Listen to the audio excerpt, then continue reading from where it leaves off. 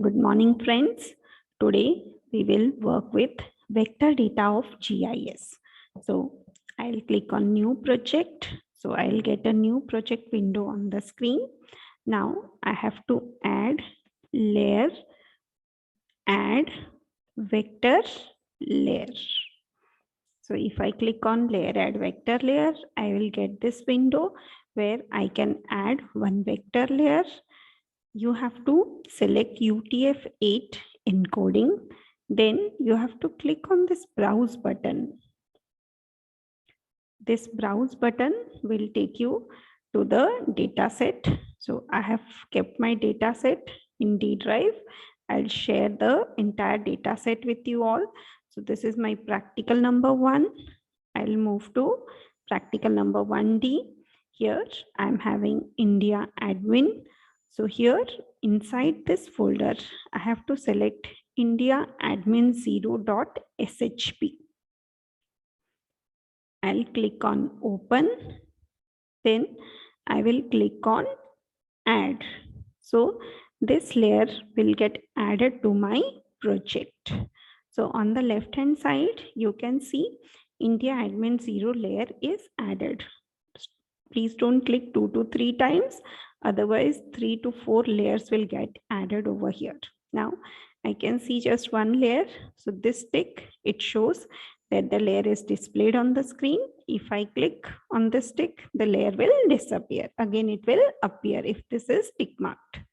Now I have to right click and click on properties, and I can change the properties of this map. If I want any different color or gradient fill style, I can select that and I can click on apply and then OK. So now you can see that the map color is changed. Now I will add another layer.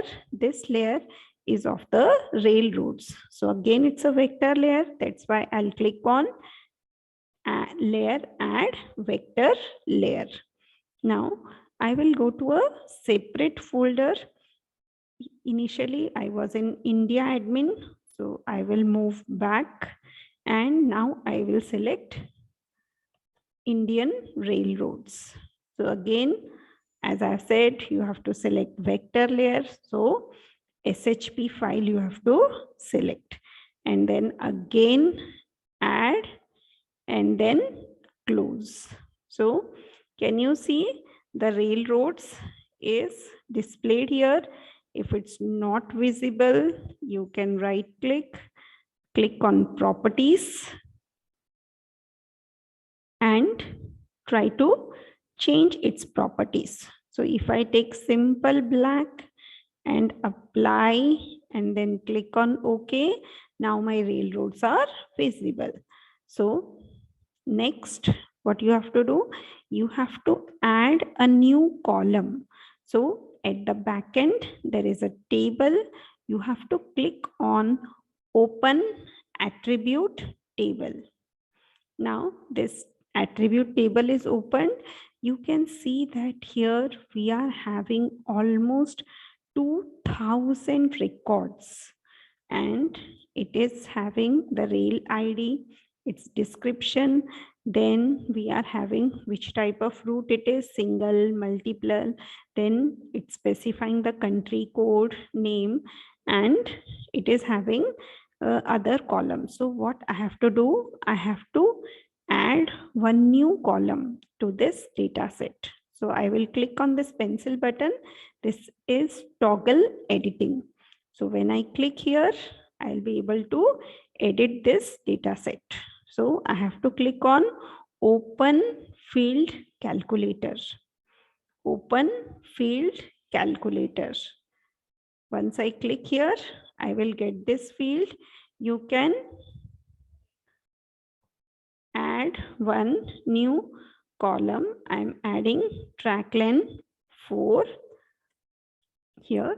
Now I'll take it as decimal type and then the output field will have a length of 10 and the precision is up to 3 digits. If you want, you can change it to 2 digits. Now in this expression, Either I can write the expression as dollar length. Okay, so if I select, can you see the output preview? It is showing to 29,000. Okay, so it's in meters. I will change it to kilometers by dividing it by 1,000. This is one method.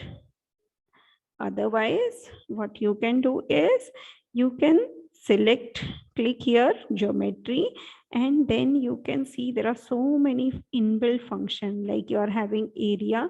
Same way, we have to scroll and we have to select dollar length. Now, dollar length function is selected. I'll just divide it by 1,000. I can see that my preview is in kilometers. Now I'll click on OK. So you can see that one new column, track length, is added over here. So you can close this. Now I have to find out the basic statistics on the track length column. What is my basic statistics? It means mean, median, mode, max, mean, average, and all this. So I have to click on vector analysis tool, basic statistics for field.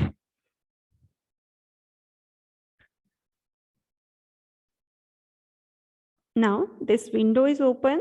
So I am having two layers. I have to perform the basic statistics on railroads. So I will select this second layer. Then I have to perform on track length column that I have created now. So I'll click here.